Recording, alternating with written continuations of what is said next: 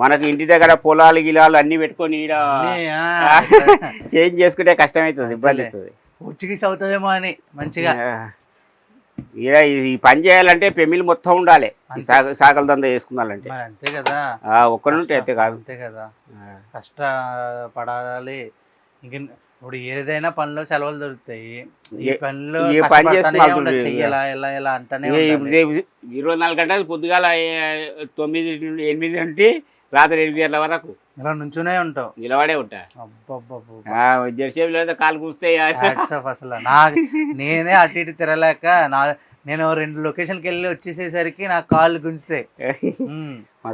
అలానే నీకు అసలు నేను మొన్న వస్తానా ఇంకా తర్వాత చేద్దాంలే అన్నట్టు బద్ధకం అయిపోయింది. మీరంటే ఏదో అట్లే నవ్వుకుంటే అంటున్నావు అనుకున్నాను నేను.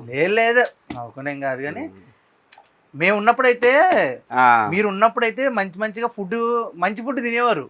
మేము వచ్చాక మొత్తం కల్తీలు అయిపోయి 40 సంవత్సరాలకే అంటున్నాం. వంట నేనే వేసుకొని తింటా, ఇంటికి నేనే వంట వేసుకొని, రూమ్ ఉంది శాతనిసలా. ఓకే, నేనే వండుకొని తింటా. అవునా, ఓకే. ఇంకా అదొక కష్టం మళ్ళా. మరి ఇప్పుడు 8 గంటలకు బంద్ చేసి పోవాలి, ఇంటి దగ్గర పోయి మళ్ళీ అన్నం కూర వేసుకొని అన్ని చేసుకుని మరి ఇంత మందు తాగాలి, కొంచెం 90 వేసుకొని వెళ్ళి మరి ఆ మాత్రం వేయకపోతే కష్టపడేదానికి అంతేనే కదా. ఇంకోటి ఇక్కడ ఏదో కొంచెం తక్కువ రేటు కాబట్టి సంపాదించిన దాంట్లో ఒక 20% పెట్టచ్చు దానికి.